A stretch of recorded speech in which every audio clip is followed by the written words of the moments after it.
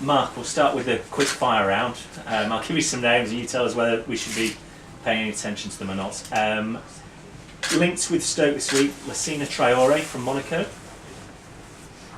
Keep going, I thought you were going to do a list. John Guidetti from Manchester City on loan. Dale Stevens on a transfer from Charlton, and then Bundesliga strikers Mama Diouf and Ivica Olic. Are any of those have any truth on them? It's fair to say we're in the market for some players, but I wouldn't confirm or deny any of those names because I don't think that's the right thing to do. But it's fair to say we're like everybody else. We're trying to get an understanding of what's out there. We've done some work on a number of players that we think we can progress, but as always, if you flag some up, then that can highlight those players to other people as well, and it's a dog-eat-dog situation in January, and you can sometimes find that you lose a player just by virtue of people knowing about it. So that never changes. That's how it always is in January. So we try and play our cards close to our chest, to be perfectly honest, and when we've got something to announce we will do, because that's the right time to do it. But if you just throw petrol on flames, then sometimes you can get burned. So we'll try and do our business as quickly and as quietly as we can and see where it takes us. Would it be fair to assume that the striking department is an area of the field that you would? Yeah, we're looking at that. We've got Kenman and been Crouch, and we think we need more options up front just to make sure that we're covered from now to the end of the season. You've turned Stephen Ireland's loan move into a permanent deal. What does that say about how impressed you've been with him since he came in? We're looking to that. I'm not sure if it's actually finalised. That's the intention. I think we've had conversations with Aston Villa, and we'd like to think that that can be concluded. So it just gives, if it does happen, then obviously it frees up another loan for us, domestic loan. So that will give us a little bit of flexibility, which will help. And we'll try and use that loan in a good way. So we're pleased if it does come off, which we have no reason to think it won't, and Stephen will join us permanently, and credit to him, because since he's been here he's done really well. Back to the Premier League this weekend, big game with Liverpool coming to the Britannia. Still only one defeat in the Premier League at home for Stoke City this season. What's so different about Stoke when they play at home to how they've been on the road? Difficult to say. We're very good at home. We're very solid. We've got a good threat as well. I think sometimes away from home we've been involved in games where we've been disappointed by circumstances in games. The Newcastle game obviously springs readily to mind. Other games we've been in good positions and been playing well, but haven't seen games out. Other times we play poorly. So probably what I'm saying is that we haven't been as consistent in our performances away from home as we have been at home, because at home for the best part we've been very good and gone up against really top class teams in the Premier League and put ourselves really well.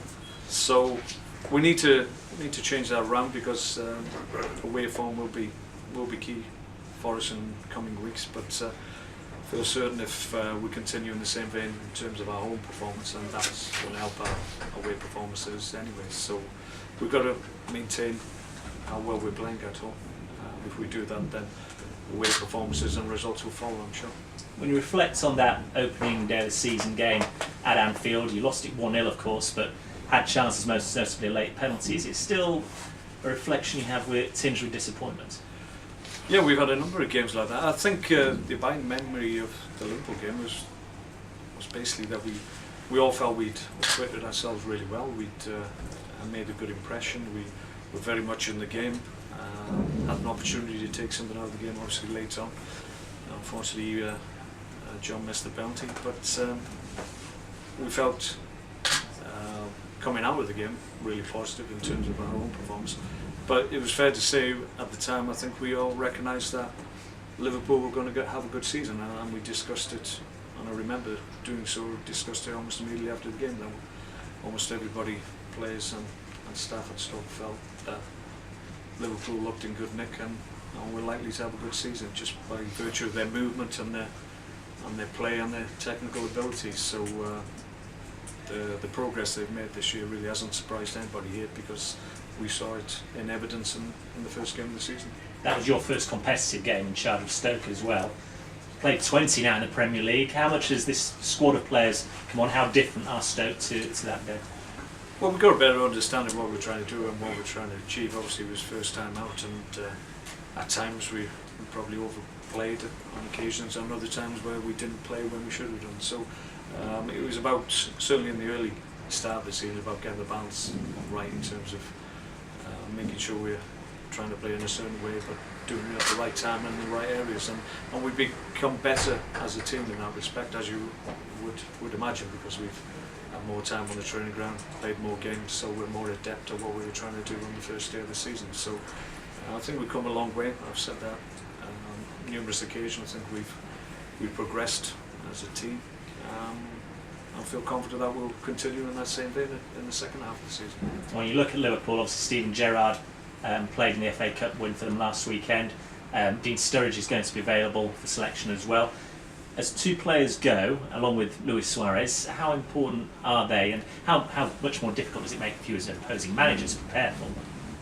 Yeah, of course, when you mention those two players and you add them to the quality that Liverpool have at the moment as well, like Suarez obviously outstanding playing at a different level to most strikers in the Premier League at this moment in time. I noted that I think he got player of the month this year as well, and that doesn't surprise anybody given the quality of his performances. So you add another two players of the calibre of Sturridge and Gerrard, then it's a heady mix, so you know you're up against a quality side. But in fairness, I mean, over the years, recent games against Liverpool have certainly at the Britannia have been good for us, so we want to continue that run of form against Liverpool at home. We've shown capability this year of matching the top teams in the league, which Liverpool this year undoubtedly are. We've beaten Chelsea, did good draws against Man City and Everton. Could have won the Everton game obviously. So we're not fazed by going up against a very good Liverpool side. I think we're in good form ourselves, and we'll look forward to it. Thank you. Mark, you talked about making Stephen Ireland's loan permanent there. With Liverpool arriving this weekend, do you expect to have a conversation with them about Assaidi, or is that something that's as is? Oh no, I think that'll be a separate situation. I think I said before, I think Ozzy's intention, certainly when he first came here, was to try and come and play and make an impression and show Liverpool that he had the ability to play for them in the future, and having discussed that train of thought with Ozzy since then, really. I still think maybe he still feels that he has a future at Liverpool. If that is changed in his own mind come the end of the season, then I think that's the time to have the conversation. But it's not a case of trying to make Ozzy's loan permanent, because I don't think there's an opportunity to do that, rather than obviously in comparison to Stephen's opportunity, which was there for everybody to see. Ozzy's a little bit different in that regard. And just casting forward a little bit to the quite a lot to the 2022 World Cup, there was that announcement made by Valka that they are going to look to do what we thought they'd do, put it in the winter. Is that, as a Premier League manager, can you envisage that causing problems? Well, yeah, I mean, it's not ideal, because it's going to be difficult to logistically fit her into European leagues, but they have time, and whether or not they do over the period up to and leading into the World Cup, they're able to just gradually move it to, or make the opportunity for a winter World Cup feasible and possible. We'll have to wait and see what they come up with, but at the moment don't sit comfortably with most managers, I don't think, but I'm sure they'll find ways and means to be able to do it. Mark, have you got any injury news for us? Injury news, Andy Williamson's still not available. Robert Huth's progressing really well, joined in with the first team squad today, did okay. Thomas Sorensen joined in as well, so we'll see how he goes. remind me of anybody else. Don't think there's anybody else. No, that's about it. Okay, I've just got a couple of questions for you from BBC Wales. What have you made of the appointment of Ole Gunnar Solskjaer at Cardiff City? Well, it's a good appointment for him. Obviously, his name's been thrown into the mix for a number of Premier League jobs, and I think it was only a matter of time before he was going to be given the opportunity, and he's gone in at a good club, which obviously seems to have resources to back him. So I'm sure he's excited by the opportunity. It's a big leap in terms of going from Norwegian football to the Premier League, but he knows the league as a player, obviously not as a manager, but he knows himself that he'll have to learn very, very quickly. But when you've been a manager at another club or a different situation, then you have time to build your own feelings in terms of what philosophy you're going to play and how you're going to approach it. So he's done his time, and it's not as if he's come from being an ex-player and then given an opportunity straight from finishing playing. He's served his dues to a certain extent, so he'll be ready for the opportunity, I'm sure. So Alex Ferguson has spoken highly of his abilities when he was on the coaching team.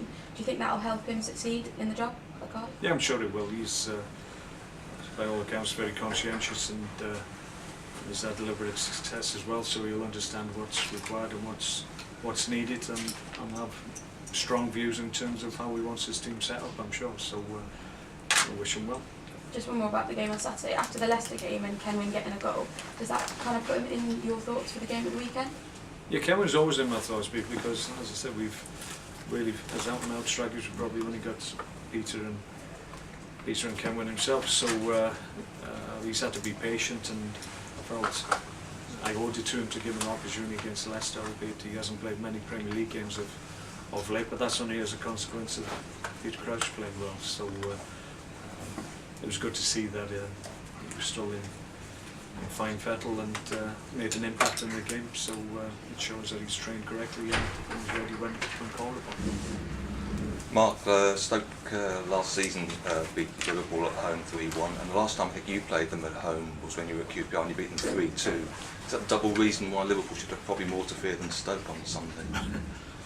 Well, I remember the game that you're talking about. I think we were 2-0 down at one point and came back and won 3-2, so it was one of the few memorable games that I had at QPR. So yeah, I mean, our record as a club, Stoke, is very good. Obviously it was mentioned to me in the week, and we want that to continue. I think we've shown that we can go up against anybody and give a good account of ourselves, certainly at the Britannia, so there's no reason to think that we can't do it again. I think it's important that we play to our strengths and continue to be progressive in our play and be positive, and I think we've certainly done that in the home games. So if we continue to do that, then we'll cause Liverpool problems, because we caused every team we played at, certainly at the Britannia, problems. So we just got to make sure we capitalise on the opportunities we create. If we do that, then we've got a real opportunity. After the Liverpool game last season, there was a bit of a decline at Stoke. There was a sort of fairly weak transfer window. Some of the midfield players sort of went off the boil, goals didn't go in, and there were injuries and suspensions, and the second half of the season seemed to go seriously downhill. And a lot of fans sort of like turned away from the club, I think, after that. And I'm just wondering, what reassurances can you sort of like give to Stoke fans that it's not going to happen again this season? Well, transfer window coming up, and it's very difficult to get. Yeah, I understand. I like to think that they can see steady improvement in the team. They can see that we're developing as a team, and we continue to be difficult to beat at home. I think maybe the home form in the second half of the season tapered off somewhat, and that was probably why the second half of the season wasn't as good as the first half. So it's certainly our intention to keep our home form going, and if we do that, then we'll have a strong second half of the season. I've always said that I feel my teams, as a consequence of the work they do, become stronger in the second half. So I hope that continues. I expect that to continue. So if we can certainly have a good window and add a little bit more quality to help the guys already here, then the intention is to have a strong second half of the season to complement the decent first half we've had. Thank you. Okay, thank you.